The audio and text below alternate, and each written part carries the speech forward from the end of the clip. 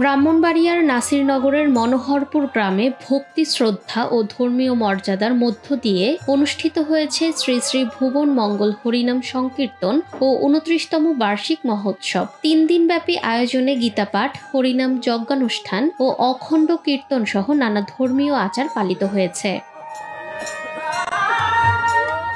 গৌরগোপাল দাস বাবাজির কণ্ঠে অখণ্ড কীর্তনের মাধ্যমে মহোৎসবের উদ্বোধন করা হয়। শনিবার ও রোববার অনুষ্ঠিত হয় হরিনাম যজ্ঞ, সন্ধ্যাকালীন কীর্তন ও বার্ষিক ধর্মীয় উৎসব। রোববার দুপুরে কীর্তন চত্বরে ভক্তদের মাঝে মহাপ্রসাদ বিতরণ করা হয়।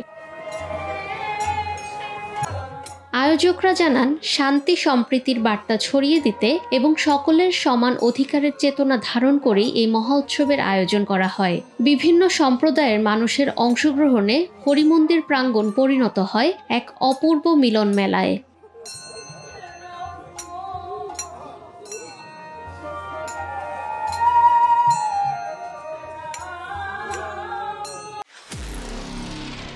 নিরপেক্ষ, সত্য প্রকাশে আপোষহীন।